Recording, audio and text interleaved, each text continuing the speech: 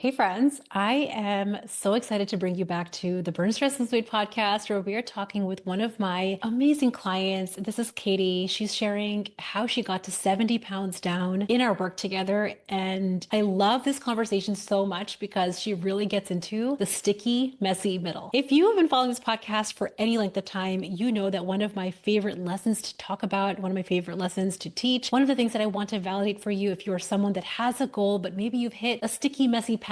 Maybe you lost some weight, but then you gained it back. If that has been you, I just want you to know that I see you and it is a very, very, very normal part of your journey. Welcome to being human. It is just how it goes. One of the things that I love Katie sharing on the podcast, and I'm so grateful that she was so forthcoming in her entire journey, was how she initially lost weight quickly. Some of the skills and tools that she learned at Unstoppable helped her become a fat burner. She talks about the exact role that played when she became a fat burner, how that impacted her results on the scale, how it impacted her marriage, and how she feels with her kids. The other piece of the process that we got into is the sticky messy that she experienced last year, the challenges that she faced last year when she started to dip into disbelief last year, and how she turned it around. I am so glad and so grateful that Katie came onto the podcast to share her story. And I don't even want to delay any further. I really want to get you listening to this podcast conversation. And if what we're talking about in this conversation is resonating with you, if you're like, oh, that is the work that I want to do as well, then I want to invite you to my upcoming training. It's happening in just a few weeks. You can get all the details over at burnstressloseweight.com/training. It's going to be a live training where I talk through how to lose 10 pounds by the new year and get 10 hours back per week, not per month, per week.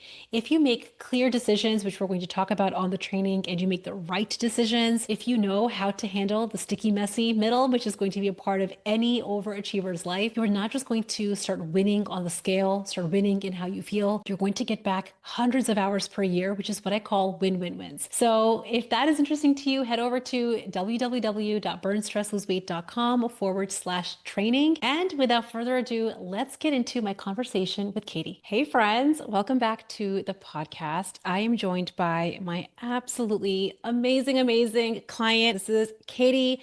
Katie has been in the Unstoppable group. She has experienced one of the most beautiful journeys that I have seen as a coach of all the clients that I have worked with. You hold such a special place in my heart. And you shared with me really recently, you emailed in after our work together, this before and after photo with the most touching email. And I reached out to you saying I needed to have you back on the podcast because you have been on the podcast before, but it was a very different point in your journey. And I wanted to have you back and share what your journey has been like. Tell us a little bit about yourself.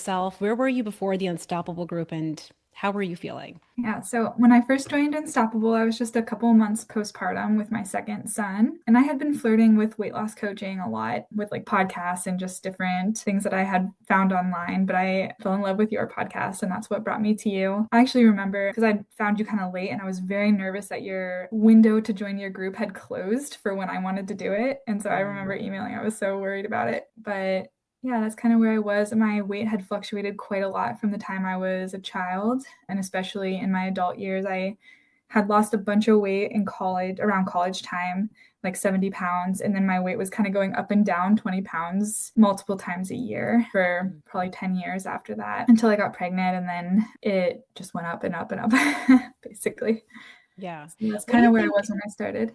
Just to kind of give the audience a little bit of a picture, what do you Mhm. think you had done in the past? Because you did lose a lot of weight, like you had lost that Mhm. 70 pounds before, but then you would gain it back and then you'd lose the 20, then you gain the 20. Mhm. What were the strategies that you were trying that would help you lose the weight? And then why do you think that they weren't Mhm. lasting? I think I was really just doing like binge restrict cycling. Now that I look back on it, it's really clear where there were like periods of time where I was really, really, really structured. I would like track every point, every calorie, like everything went in, and I was really hard on myself, and I would kind of double down and double down and double down. And then, when I start making mistakes, there was no compassion, there was no gentle like veer back. It was either I gave up completely or I would just like beat myself back into submission. And then I think that's what caused that kind of dramatic up and down over the months. When you kind of think back on those, because I remember when we first talked, you're like, I'm not that critical of myself. I'm not And you and I are kind of similar. I think we've talked about this where Yeah. I'm like, I'm a half glass full kind of person. I'm an optimist. I'm not actually very critical or Yeah. judgy, but I think that that is part of kind of what you're describing. How did you start to catch that actually maybe you're not so kind to yourself, despite being maybe an Mhm. optimist or like positive on the outside? What was happening for you on the inside? Yeah, that's so funny because it was not subtle, the messaging in my own brain about it. Like, I think I would have described it at the time as like maybe like tough love or something like that, but it was just criticism. It was full on, it was just critical and kind of like, I don't understand why I'm not doing this. It wasn't criticism with curiosity. It was just like you're kind of asking the question, like, why can't I do this? Or like, what is wrong with me? But really, it was needing the question of like, why is this really not working, like with compassion, so that I could Mm, actually figure it out. And I think that was what was really missing from the yeah. equation. And I think even now, still, I still catch it in certain periods of time. I notice it, maybe this is an overshare, but I notice it like around like my period time. Like I start getting those more critical thoughts back. Mm, And I'm actually on the lookout for it because I know how it affects my mood when I'm acting like that towards myself. It gets better and better over time as I practice it. But yeah, I don't think I expected it to be quite as transformative as it was when it finally did click and like all the mm, different aspects of my life that became better with it. I got a new job in the midst of coaching, and I think that if I hadn't been coaching at the time, I would have suffered so much. I went from this sort of job that I was super comfortable with, was kind of high stress, but I was very comfortable there. And I went to the OR instead, mm, which is like a very high pressure. And if you don't have mhm. the skill set, and there's nothing you can do but like kind of deal with not having the skill set until you have it. Right. And I think having so much compassion for myself in those moments where other people were being critical of me, maybe Mm, unfounded because I'm brand new, I feel like I barely suffered in my changing of job compared to my mm, first job that I took when I like every day was like so hard to like start a new mm, job and learn a new job. If someone was critical of me, if the surgeon was critical of some way I was performing, I knew that if I was then critical of myself on top of that, that was not going to improve my performance very quickly. And I think I just had now had the habit of being like, oh, I wonder why I didn't know how to do that, or I wonder why that wasn't working for us. And also being more aware that he or she is not fully mhm, aware of their own thoughts right now or their own actions right now. mm. And kind of all those pieces together was making me a little bit more realistic in the moment about what the stakes really were and what the situation really was. Yeah, we get feedback. We can call it criticism. Sometimes it is criticism. Like somebody might even directly be like, I have some critical feedback to give you. But I think the part that we don't realize, this is that invisible burden we put on ourselves, is our own criticisms on top of the feedback that we get. And I think that was the Mhm. part that maybe you didn't know was happening. It's what takes a higher pressure job. And then we add on this like layer of, my poop emoji stories. Like we Yes, just layer on a layer of shit on top of right. what That's already exactly feels it. really stressful. And I feel like it took you a little while to see that layer that was optional and decide that Yes. you actually don't need that anymore. That's definitely true. Like, it took me a while of practicing it to realize that adding my own criticism to other people's criticism was not helping at all. That was a really good experience for me. And I think it made me a better provider overall, too. When somebody is thinking about weight loss or feeling better, they hear stories of transformation. I feel like one of the biggest barriers for women to decide to get into a coaching experience is this idea like, I know what to do. I'm just not doing it. I know what to do. And if I just Mhm. did what I said I was going to do, then I would lose this weight. Like, Yeah, why would coaching even help with that? Because I feel like you also kind of had that, but I not really. did. Like, yeah. So tell us a little bit about like Yeah. that thought and what it was about the coaching group and the skills and tools you learned that like helped you bridge that gap. Yeah. So I think I came in with sort of this attitude of like, I know what to do. I just kind of need accountability. And I like her messaging and she seems really nice and like she's not going to be hard on me because like I don't like that much. I just like need gentle encouragement. I think that's kind of what I was looking for. And I think that what I learned through the program is that there are, can I use your expression of, am I allowed to say swear S- words? The Say all the tax in things. the ass. Oh, the tack in the ass, my friends. Oh, there's so many Yeah. tacks in your ass. So those are really essential to be pointed out to you. And there were a few times where you pointed something out to me, like, hey, this is a thing you do. And I was like, maybe. But then it took like several times before I was like, oh, yeah, indecision is a big problem for me in a lot of Mm, areas. And pointing out, being able to kind of see those threads that are invisible to me because I am living it all the time in my mind, and having somebody listening to you and seeing all those connections and being able to pull them together, like you can't do that on your own. You can't see it on your own. I think you can make a lot of progress on your own with like mindset shifts, but I think having you telling me or showing me more so what my invisible thoughts were. They're kind of like invisible thoughts. Pointing them out to me is what really challenged me and like kind of pushed my success forward really fast. That was one of the things that was a light bulb experience for you. But wait a Hmm. second, let's see this very common thread because you have one brain. It clearly touches Hmm. every part of your life. So when you see the threads, you're like, oh, so it turns out it's not just like a lack of discipline. Like there is Yeah. a mindset gap for me that is getting in the way of me taking really bold, courageous, like Hmm. audacious action, which I think that that's what high achievers want. I mean, you Yeah. tell me what you think. 100% that was my experience. And it became almost funny to find it again and again. Be like, oh, there it is again, like in a whole new Yeah, yeah, situation. yeah. Oh man, I just remember laughing about it so many times. But for me, it's a couple different ones. One of them is like, I don't know what I'm doing, or like, there's a perfect way to do this. Somebody must know how to do this, or trying to find like the perfect answer to a question.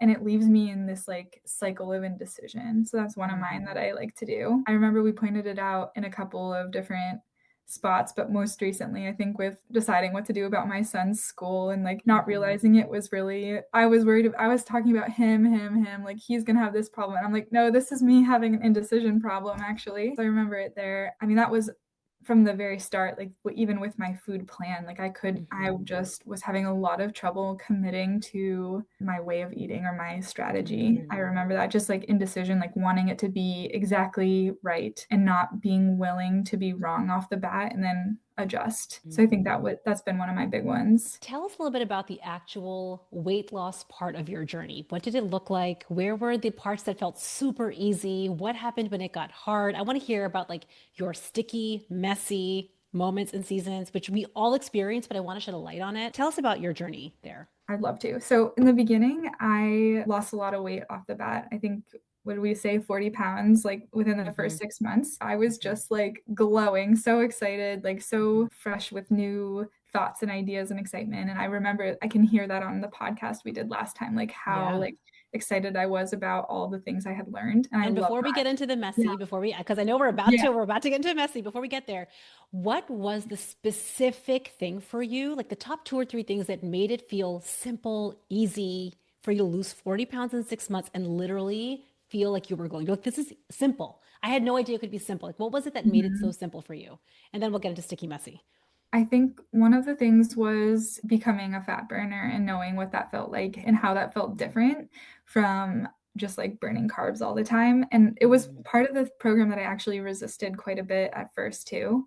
I mean, I was mm, kind of game for it, but I was nervous. But that turned out to be pretty much essential for the first steps in getting a handle on like, what does it actually feel like to be hungry in a normal metabolism way? And I mm, think like that has changed the way I see hunger and how it affects me. And I think I used to be so sensitive to hunger. Like I would get so stressed and upset about being hungry and worried about it. And I'd be so mean when I was hungry too. And I know that's mm. all stuff, that's all like common for people who, just burn carbs all the time. So, first of all, like recentering into like kind of a more normal metabolism has given me the space to experiment more with like which foods actually feel really good to me and when am I actually full and how much do I really need. I learned that really early in the program. But then comes in like all the emotional side, like eating for Mm, emotional reasons. And that's mm, kind of the second piece that had to fall into place for me and starting to deal with those like once I was out of that honeymoon period in the very beginning and like,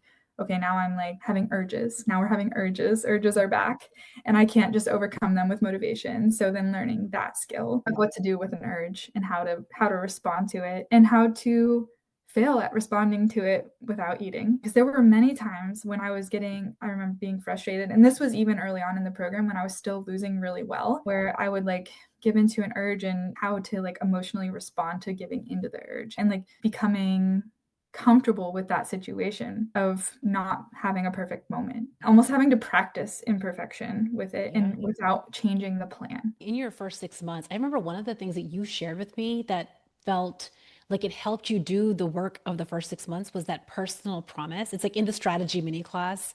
The Oh personal yeah. promise Yeah. is I will never, ever, ever let myself just be hungry again. Hmm. I promise I will eat when my body's hungry. I promise. And if I ever deprived myself of food when I was hungry to lose weight, like I have to go back and apologize to that past self that did that. Like there was like a Hmm. healing thing that happened, I think, For for sure.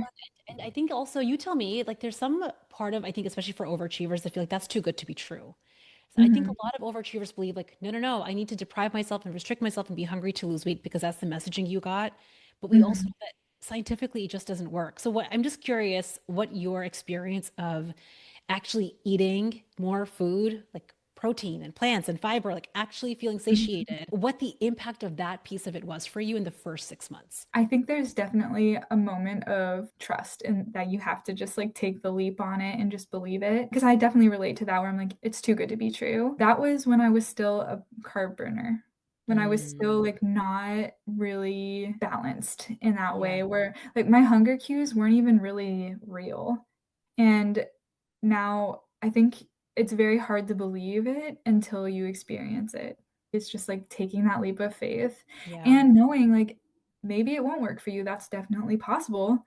And yeah. if that happens, you'll still figure it out. I'm so impatient. I wanted it to work right away, and I'm glad that it did. But now, in hindsight, looking back on it, I think that knowing that I wasn't in a race was what gave me the courage to try it. The whole criticism piece where you didn't realize that you were actually very Mhm. critical. I feel like you only realized that after the first 6 months. Oh, So, yeah. so Yeah. you lost about 40 pounds in the first 6 months and you started feeling better. You're glowing with transformation. You're realizing that your thoughts create so much of your life experience as a mom and in the workplace. Mhm. What happened after that? Like, how did we catch your criticism? And like, what was the impact of your criticism? And then how did you walk out of it? I think that it was just a different way of handling uncertainty. I handle it very differently internally now, but now I have more of a practice where if there's something that's causing anxiety, I notice that is happening. Something is going awry here. Whereas previously, when those moments would happen, I would kind of spiral or like I'd be looking for some like comfort outside of myself. And now there's the practice of, oh, this is happening internally. And I'll even say that to my husband. I'll be like, whew, I've got a lot going on inside right now. Like I'm Mm, sorting it out, but just so you know. And whereas before, like I would just like take that out on him or like expect him to fix it somehow.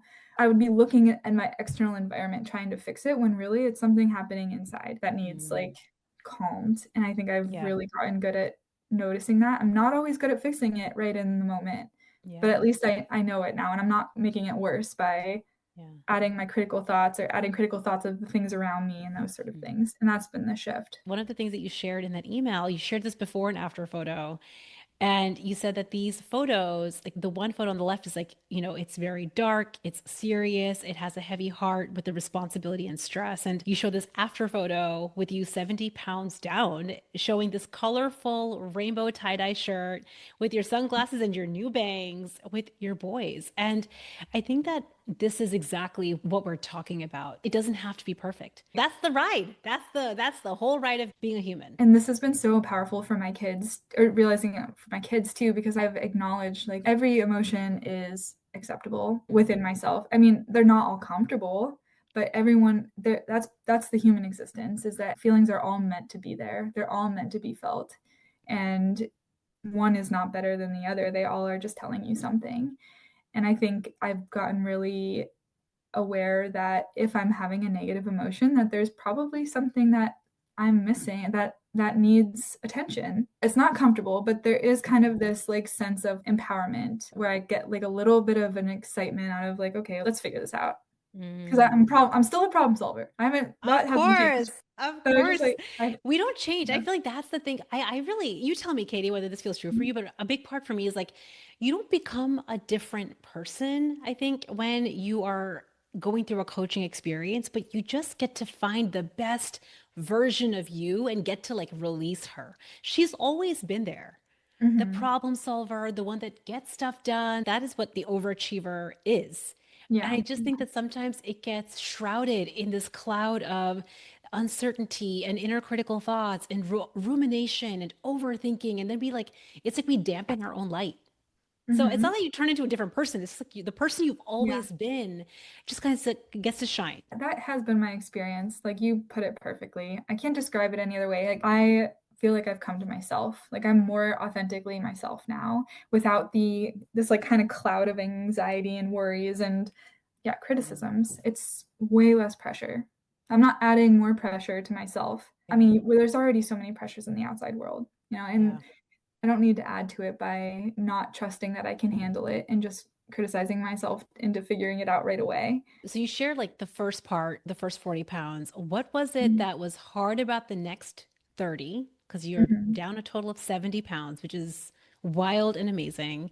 What was the hardest part about the second half of your journey, and how did you get through the sticky messy? I talk about the messy, sticky middle. I feel like most people do not talk about it enough. I really want to shed light on the sticky messy because that's where most overachievers, they keep recreating, they undo, they sabotage, they gain it back. And I feel like you kept your foot on the gas. You Mhm. might not have lost weight linearly, but you kept your Mhm. foot on the gas. Like, what was it that Yeah. helped you do that? First of all, I want to say that I love seeing in the group the people who are like right now in the sticky messy because Mhm. I'm like so hopeful for them when they come out on the other side. So when my sticky messy was definitely precipitated by the miscarriage I had in the like a year ago, and I had kind of went a little bit backwards. I'd gained a little bit of weight, not a little bit. I mean 10 to 15 pounds I had gained back, and I just felt so, yeah, I was sad, and then I was also discouraged and just not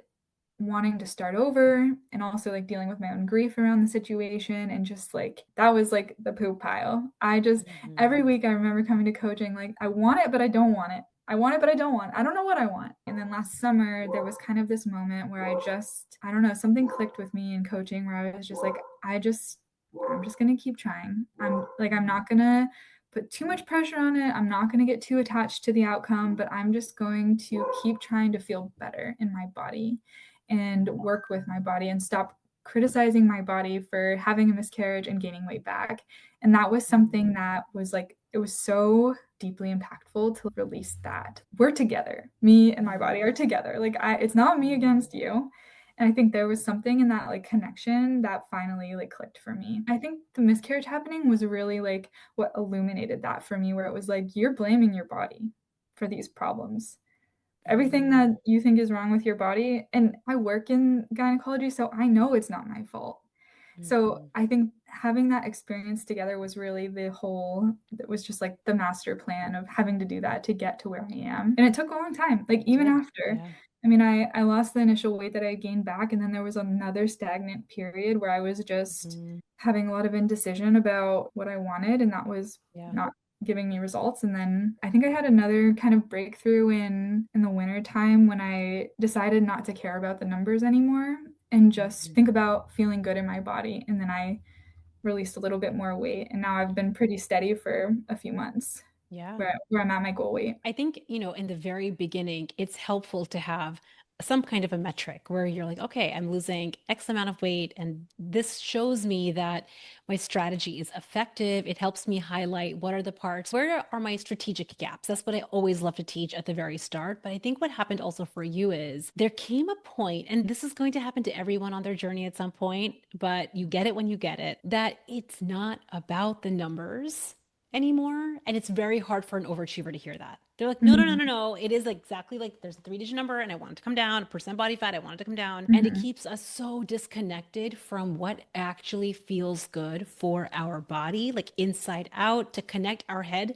to the rest of our body. And I Yeah. think the reframe came when we said, what if we just released all of those expectations and we just focused on what actually feels good for you now? And that might mean we change the goal. That might mean maybe this is it. Maybe 40 pounds was exactly where you needed to go. But it's almost like where you wanted to go started to reveal itself to you. You started to just trust yourself with that. Yeah, that's exactly how it happened. And I agree. The beginning with the metrics and everything while you're still figuring things out, it was really encouraging. But what's really important, I think, on the journey, at least my journey, was coming to that place of being connected to my own body and feeling strong as well because I'm big on working out as well. So that was part of the, I mean, that was also part of the reason like I stalled in some points was because I was like doing a lot of exercising. What do you think was the impact of having a coach in your corner as you navigated the stagnant periods and the messy middle and the sticky Mhm. moments? What was the impact of not doing it alone? I think that the difference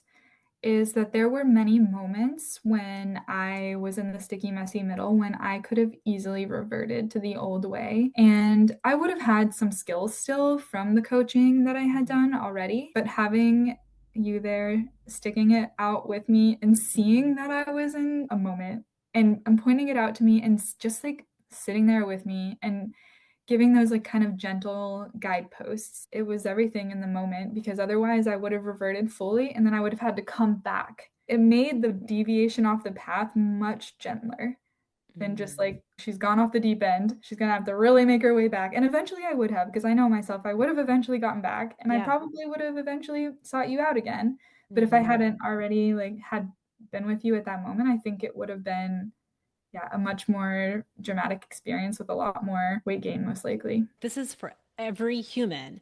When Mhm. you are navigating the sticky messy, when you have undesirable results, maybe you've gained some weight back or you're experiencing something really difficult like you did. I remember for you, there was also like this, you started to feel like you couldn't believe in yourself. When you had Mhm. enough weeks in a row where Mhm. you're in the Yeah. sticky messy, like, the poop emoji, you're like smack dab in the middle of this poop emoji, and like the poop has hardened, my friends. Like we're in there, we're trying to knock, and it just Yeah. what also started to happen wasn't just that you felt like you were becoming stagnant, you were also Mhm. starting to dip into the disbelief of like, is this even possible for me? So, how did you go from flirting with disbelief and then coming back out to the other side where you started to believe in yourself again and started to trust yourself again and like come back into that space? I didn't really let go of the disbelief.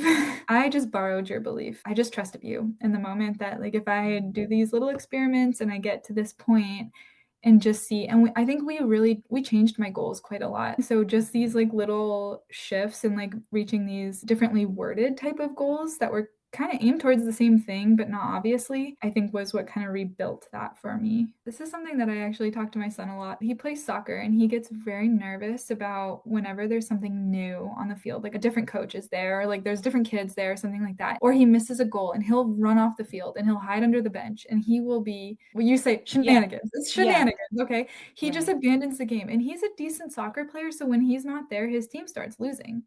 And Hmm. I will say to him, I'm like, I know you're upset that you didn't score a goal, but you are definitely not scoring a goal from under this bench. There will be Hmm. no goals scored from under this bench.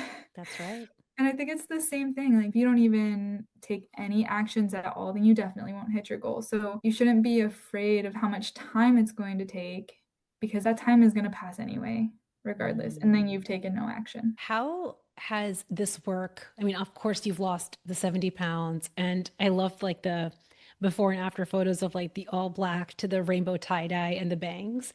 How has this work that we've done together influenced and impacted your relationships with your partner, with your kids, your family dynamic? Like, how has it trickled Mhm. into your immediate family? I think it's made such a big difference. I think it's taken a lot of pressure off my husband to like quote unquote make me happy because he's one of Mm. the he will try. And I have Yeah. had to tell him, Mm. "You cannot make me happy. Only I can make me happy. If you're trying to make me happy and it's not working, like that's not your fault." I've noticed it took a lot of times of saying that or pointing that out to him, but now I notice that it doesn't hurt him as much when I'm not happy because I've said that to him so many times. So that's like Mm. our relationship. And I don't depend on him to make me happy and then get mad at him when he can't. Like that was the other part. That aspect has shifted a lot in our my marriage, but then also with my kids, it's been I think even way more important. Just like the way I handle the variety of emotions and the Mhm. fact that they have little minds of their own that I can't control. And also my older son has a lot of similar traits to me. Like he's Mm. definitely got that kind of I want to do it perfectly or I'm not going to do it at all attitude. Right, right. And I think that has been so enlightening to see it given that indecision, the like, I want you to tell me how to do it because I can't do it perfectly without you. Right. So seeing that reflected back to me and knowing, having at least a end goal of how to handle it instead of just seeing it and feeling bad about it. Like I think I know how I can help you get to where we both need to be on Hmm. indecision and Yeah. perfectionism. It's been a really great connecting point with him to have that similar trait. I feel like whenever our kids are like, oh, I don't know what to do, because we love them so much, we want to just tell them what to do. Because often as moms, we know exactly what they Mhm. should be doing, right? We have the exact roadmap. And I think that that works in certain areas and certain decisions, but a lot of the times it creates this experience, I think, for our children where they stay disempowered.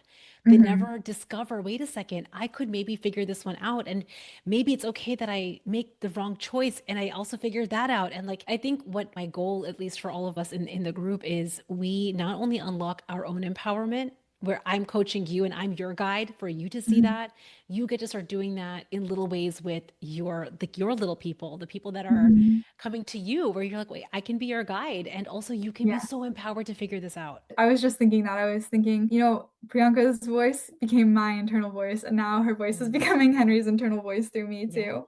Yeah. And And I just, would say this about my coach. Like, I feel like it changes generations. I really mhm. do. I think it does. I agree with you too, because I think that I really have started to believe, just experiencing motherhood myself, I can see how generational pain is like transferred Hmm. from person to, or from family member to family member, and I can feel more empowered now to give him the Mm. tools that will stop that cycle Yeah.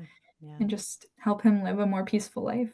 As long as we just stay Yeah. steady, we keep believing in them. I know that you can get out from under that like bleacher. Whenever you're ready, you will. Whenever you're ready, you will. We like hold that without getting ourselves all worked up. Yeah. At some point, they'll get in their brain like, oh, she believes in me, so maybe I can go do this actually. And like, then they go. I know that's so funny that you pointed out that sometimes you put things out there that I don't pick up for sure. Mhm. I definitely noticed that there were certain things, part of the curriculum you have, that I kind of Mhm. just like skim over. Like the Mhm. mindfulness one, I'm like, yeah, yeah, yeah. And then it just Yeah. becomes later on when things shift a lot in your brain, and then you're like, oh, okay, now I'm ready to really receive that part of the program. So Yeah. I've really enjoyed that aspect of it too, because at first it's like a lot of information, but the Mhm. pieces, and you'll internalize it as the time goes on and as you're ready for the information for sure. Yeah. When you kind of think about your journey and you think about the weight loss piece of it, but also like really this like transformational part of it for you inside out, what would you say to anyone that's listening to the podcast that's been considering coaching, that's been considering the group, but they've been on the fence about it? Like, maybe I can just do this myself. I can listen to the podcast and have Priyanka in my ear, and that's enough. What would you say to that Mhm. person that's been on the fence? That's like, I can just figure this out, maybe, hopefully, from the podcast. I think I would say, like, you definitely can figure it out on your own. However, it's really, really nice to have a support person who, and especially like in a small group setting where like you Hmm. really, I mean, I feel like you know me better than I know myself at this point at times. Mm, And having someone who pays attention to you individually and knows your patterns and can point them out to you, I think you just make such different progress than you make on your own. Because I've always been a person that, like listens to like self-help podcasts and does yeah. things and like wants growth. Yeah. That's one of my top values, is just growth as a Yeah. person. Yeah. And I have never felt as transformed as I did from Unstoppable. And I think it's just having that person to see it and bounce it off you and know you and Hmm. actually really care about you individually and your goals. And Yeah. also, it's not a goal you have for me, it's you supporting my goal, right? Which I think Mm, is different from a lot of other, like you could do like coaching at a gym or get a personal trainer, but it feels more like they have a goal for you, right? mm. It's a very different experience probably than anything I've done before. How did you experience getting the personal attention, the personal support, really customized to your journey, picking up on your threads, your kind of common patterns, Mhm. and also balancing that with learning from the other smart women in the group? Like, what did you Mhm. feel like was the balance for you? Did you like having both pieces? What was the value for you? Now doing group coaching, like I wouldn't change anything. I think I would have wanted, if the option was to do one-on-one all the time, I would have picked that initially just because it's vulnerable. It is, it's a Yeah. vulnerable situation, Yeah. but everybody's willing to be vulnerable in the group. And I think you kind of get to know the people in the group and you learn from them and their growth too. And then, as you know, if you stay in the program for a long period of time, like I did, you eventually start to see your old patterns in the new incoming people. Mhm. And it's like healing in a way to see that. It's like, oh yeah, like I remember when I have so much compassion for you and also my past self. And like I get kind of excited for the people who are in those early phases and figuring out Mhm. those like early struggles that come with the program and seeing them go through it and conquer it. And I've just like, it's just a beautiful little cycle, It I is. And you think. don't actually think about your past, like where you were when we first started. You don't think about her very often. Right. You Yeah. don't, it just, that's just the nature of like we're busy and we're thinking about our next growth goal and like how we want to Yeah. improve ourselves moving forward. So we don't look backwards very often. But Right. there is something very special about looking back at where you were and having so much gratitude for the Yeah. decision she made, the courage she had, because I think joining the Unstoppable group is a courageous decision. And also I feel like it's kind of a no-brainer, simple. That is true. I look back at myself with gratitude for getting to where I am and pride as well. Mhm. And I think the group as well, I mean, it also, you know, there are times when I'm not feeling as active and having everyone else coming in with coaching, it kind of like re-inspires. So I think that helps in those kind of moments of, all right, like I've been doing this for a while. Mhm. I'm in the poop pile, and then just like taking a step back from being Yeah. like the direct center of attention of Mhm. it and just watching other people's journey and feeling inspired by that. I didn't think of that earlier in the conversation when we were talking about what got me out of the poop pile, but I think that was part of it, where I'm just like Mhm. kind of watching other people move forward. I'm following these stories and feeling supportive of them, and then eventually having the courage to also support myself in the Yeah. hard time as well. Yeah. I think in being in a group where you get both pieces, like learning from these people and also having your coach, I'm just your coach. And also Mhm. you get to hear kind of the coaching that other people get to experience. Yeah. I feel like I got plenty of Yeah. attention. I could have gotten more too. I mean, you can, I don't know. I didn't reach the limit on Yeah. what I could get, and I felt fully attended to, put it that way. Yeah. Yeah. I think that we designed the program to really meet you at your pace. That's what I think I try to tell Mhm. everybody when they first start, I will move at your pace. You want to move Yeah. fast, I will meet you. We will move fast. If you want to move slow, we are going to go at your pace because you're guiding. This is your journey. Yeah. And I think that if somebody really hears me say that, and if they pick up what I put down, we go exactly the way that you want to go. The program is designed for that. I definitely Yeah. experienced that. So Yeah. we started out at a fast pace, and then there was like a long lull, Yeah. a couple of them, and then like, you know, Yeah. I'd come back and then I'd go back into a lull, and yeah, I never felt pressured or shamed. You were meeting me right where I was, right where I needed to be at the moment. Just to wrap up, if somebody listening to the podcast who's feeling kind of overwhelmed and stuck on the scale and they want to experience even a fraction of what you're talking about of this transformation, but they Mhm. have this idea that they don't have enough time or, it's a big financial investment, what would you say to them about time and money if they decided to do this program? I think people who are interested in losing weight spend a lot of money in their lifetime on finding the right strategy. I can see how the initial cost up front might be, you know, if you're constantly looking at things and buying programs and doing training and nutrition plans and getting meals sent to your house and that sort of thing, it might feel like a lot more than those things, but it's really not if you put it in perspective of A, how lasting it is and how like comprehensive it is. As far as the time aspect of it, it's actually not that much time. That's why I was struggling to come up with a time because it kind of gives you time. Yeah, I would Mm, say that. Like, you actually get a lot of time back because we call them magic action decisions. Like, you have these kind of mhm, decisions in place, and it's upfront a kind of a time investment that you have to make these plans. But instead of like questioning every single day what you're going to have for lunch and whether it's going to be the French fries or whether it's going to be the salad, you kind of know you have your strategy, you have your way of doing it. Ultimately, I feel like I spend a lot less time thinking about all of that than I ever have in mm, my life. It was mm. like almost like a negative time investment. Yeah. Well, actually, I've been on this new kick because I've done the math now, as you know, I do. I have a tendency of doing these things. I've been doing the math on, especially talking to clients, hearing kind of their feedback. And when they go through the process, they make magic action decisions, they start putting them into action. The math that I have been seeing is clients are getting back 10 to 18 hours of time per week I think so too, because it's not just about the decisions around food and exercise. Like that's the surface level. Because then once you learn the skills and you start like applying, you naturally start applying the same structure to other areas of your life because it works very Mm. well Yeah. to know in advance what you're going to do. So I have things from Unstoppable that are now like creeping over into my workplace where it's like, okay, I've Hmm. already decided this is how I'm doing this. I'm not going to like ruminate on it for too long. So even things I'm doing at work differently because of magic action decisions, and like my whole house is like on autopilot now because of magic action decisions. Like I decide ahead of Mm. time when I'm going to do that, and then it makes a big difference in the time I would normally spend just thinking about when I would do that. That makes Yeah. sense. Yeah. So yeah, It's like it creeps into everything. it totally does. This is like, I'm talking about 10 hours just in your weight loss experience. You get that back. And Yeah. what you're talking about is you're probably getting back 10-hour chunks in every corner. It's thousands of hours per year. That is, at least from my experience, that's the invisible drain that a lot of professional Mhm. women who are overachievers, we really are like either perfectionists overtly or kind of secretly, where like hundreds and thousands of hours are just slipping by us because we are overthinking, over ruminating, over Yeah. strategizing, and then second guessing the plan And rather then than just changing everything. and then changing everything and then starting Yeah. from scratch. And then now we have a mountain that we need to undo. It's thousands of hours. And I think that's the number one commodity for Yeah. professional women. It's like, I just want to have more time.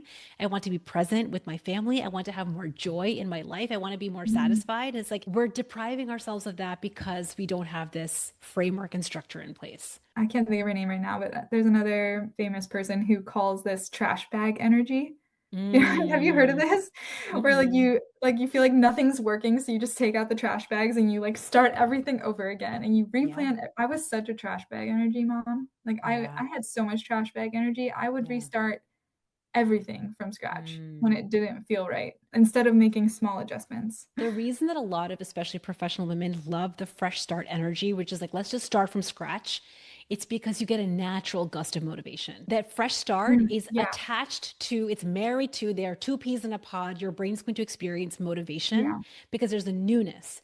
And motivation and excitement around newness feels way better Hmm. than troubleshooting that tiny stuck experience that you're in and making the tiny tweak and figuring out that sticky Yeah. messy. Figuring out the sticky messy is uncomfortable. And because we don't have emotional super skills to handle the discomfort, we're like, let's just fresh start because I need the excitement Mhm. and the motivation. So that's addictive, but it also keeps us completely net like we just don't create momentum in so many areas of our life because we feel like we need to be motivated. I think I've heard you explain that to me at least, I don't know, 5 other times, and it just Yeah. landed differently this time. There we go. We're coaching right on the call. It's Yeah. just so good to catch because I know that a lot of us, especially when you're very, very busy and you're working a lot, like the shiny Mhm. object syndrome or like the feeling of a fresh start is important. I'm not trying to take away from the value of fresh start. Like New Year's has a natural, it's beautiful, or a birthday, or joining this program. Like we want to have that, but that should not be where what your results are hinging on. If you notice that you jump ship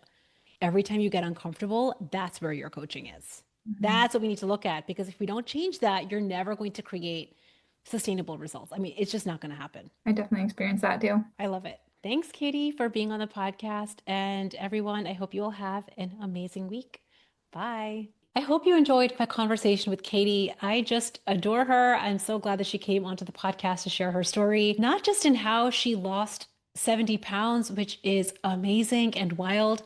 My favorite part about her entire story is her bangs. She sent this photo to me with kind of this before and after photo, which really just revealed not just, again, a number on the scale, but how she feels. That experience of going from that dark and kind of gloomy place. I kind of think about Eeyore from Winnie the Pooh to this really bright and colorful and bold experience that she's having now, which I just love for her. So I'm so glad that you got to experience Katie, not just her wins, but how she showed up for herself in the process, how she held through it, how she borrowed my belief in her. That was one of my favorite parts about what she shared. Not just that she experienced transformation in Unstoppable, but she stuck with it even when she experienced sticky messy and she borrowed my belief in her, which is how she got to the other side. I hope you enjoyed today's conversation. And if you know that this is work you want to be doing, I really would love to see you live on our upcoming training. You can get all the details, the date, the time, the nuts and bolts. Grab your seat for free over at burnstressloseweight.com/training. And right after the training, I'm opening up doors doors to my next cohort of the Unstoppable group, 6 months of group coaching where you get science and strategy back on your side so you feel better. So you're losing weight with a coach in your corner and you're not guessing anymore. You're not making piecemeal, spaghetti on the wall attempts at losing the weight that you want to lose and feeling better. I'm here to help you support your hormone health with science-led strategy, not fads and gimmicks. And the first step is joining me on this training. So go grab your seat over at burnstressloseweight.com/training. And I cannot wait to see you live. Really come live because we have some juicy bonuses if you attend live. And it's going to be seriously the best hour of your entire week. I hope you guys all have an amazing day and I will see you at the next one.